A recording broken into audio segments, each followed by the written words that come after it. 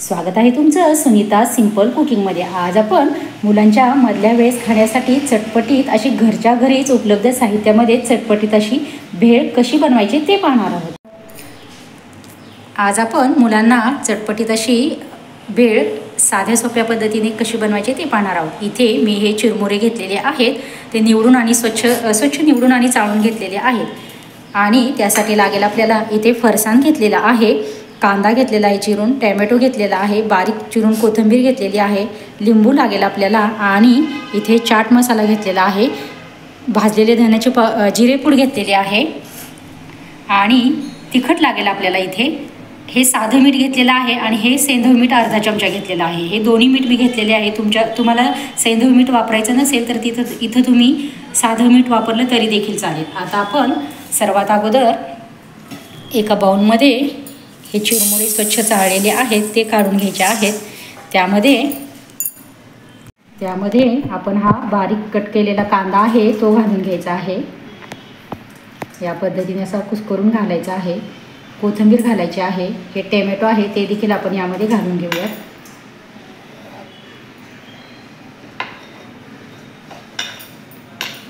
झटपट होणारी आहे, चटपटीत अशी पटकन। बाहेर पाऊस वगैरे येत असेल तर बाहेर जाण्याची कधी मुलांना इच्छा होत नाही, तर अशा वेळेस आपण घरच्या घरीच अशी चटपटीत भेळ बनवू शकतो। हे पहा, इथे मी 1 चमचाभर असं लाल तिखट घेतलेलं आहे। तिखट तुम्ही तुमच्या आवश्यकतेनुसार घेऊ शकता। चाट मसाला घेतलेला आहे तो देखील साधारणतः 1 चमचाभर घेतलेला आहे। ही जिरे पावडर आहे ती पण घालून घेऊयात आपण, आणि हे मीठ आहे ते देखील आपण घालून घ्यायचं आहे। आणि आता हे सर्व आपण व्यवस्थित असे मिक्स करून घेऊयात अगोदर। हे आपण अगोदर सर्व मसाले आपले टाकलेले व्यवस्थित मिक्स करून घ्यायचे आहेत। आता आपण यामध्ये फरसाण घालून घ्यायचं आहे। माझ्याकडे फरसाण होतं, तुमच्याकडे फरसाण जर नसेल हे असंच खाल्लं तरी देखील चालू शकतं, पण फरसाण होतं तर त्यामुळे मी फरसाण देखील इथे वापरलेलं आहे। आता आपण हे देखील यामध्ये व्यवस्थित असे मिक्स करून घेऊयात। मुलांना मधल्या आदल्या वेळेस खाण्यासाठी काही ना काहीतरी हवंच असतं, आणि त्यासाठी आपण वेगवेगळे पदार्थ असे नेहमी पटकन होणारे पदार्थ बनवतच असतो। आता आपलं हे व्यवस्थित मिक्स झालेलं आहे।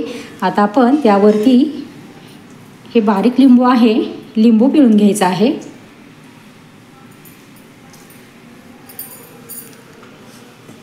थोडासाच रस निघाले त्यामुळे मी थोडंसं अजून घालून देणार आहे। आता हे आपण व्यवस्थित पुन्हा एकदा मिक्स करून घेऊयात छानपैकी। तयारच होईल आपली चटपटीत अशी अगदी 2 ते 3 मिनिटातच बनून तयार होणारी भेळ आपली। तर हे पहा, आपली भेळ छान अशी बनवून तयार आहे। रेसिपी जर आवडली असेल तर नक्कीच व्हिडिओला लाईक करा, शेअर करा, कमेंट करा। चॅनलवरती अजूनही नवीन असाल तर प्लीज नक्कीच चॅनलला सबस्क्राईब करा व शेजारील बेल आयकनही प्रेस करा। धन्यवाद।